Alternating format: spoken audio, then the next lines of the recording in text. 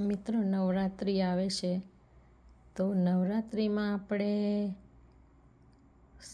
શેની પ્રાર્થના કરી, શું પ્રાર્થના કરી? ખાલી તૈયાર થઈને બસ બહારે દેખાડવા માટે આપણે ગરબા કરી છીએ, પણ અંદરથી આપણને કંઈ ભક્તિનું કંઈ છે ખરું?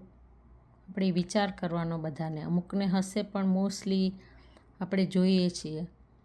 તો ભગવાને ગીતામાં કીધું છે કે દેવી હિસા ગુણમયી મમે માયા દુરાત્યયા મમ એવા પ્રપદ્યંતે માયામ એતામ તરંતી તે.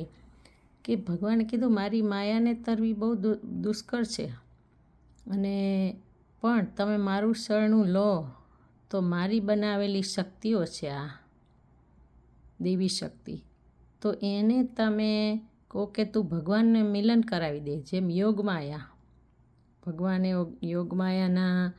યોગમાયાથી ભગવાન સાથે યોગ થાય, અને નહીંતર આપણે માયામાં રહી તો માયા આપણને માર ખવડાવે.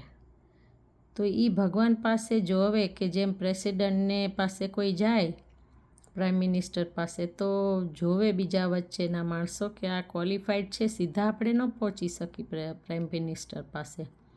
એવી રીતે ભગવાનની શક્તિ છે, ભગવાનને હેલ્પ કરે છે, મદદ કરે છે કે આ કોણ ક્વોલિફાઈડ પર્સન છે તો ઉપર જવા દે. તો એવી રીતે આપણે નવરાત્રિમાં આપણે કંઈક એવી ભક્તિ કરીએ કે આપણને યોગ કરાવે ભગવાન સાથે, યોગમાયા. તો એવી ભક્તિ કરી, ખાલી દેખાવ માટે કહેવાય કે નવરાત્રિ કરીને તૈયાર થઈને બહાર ગયા ને શું પહેરું ને શું નહીં બધાને જોવા માટે, પણ અંદરથી આપણને કંઈ જ આપણો આત્મા કંઈ ચીન્યો ન હોય, કંઈ જ અડ્યું ન હોય. તો આપણે એ ધ્યાનમાં રાખવાનું જરૂરી છે કે આપણે, અને માગવાનું કંઈ જરૂર નથી. માગો તો ભગવાનની સાથે યોગ કરાવે એવું માગો, તો રાધાજી લક્ષ્મીજી એ તમને આપે, તો એમાં એ ખુશ થાય.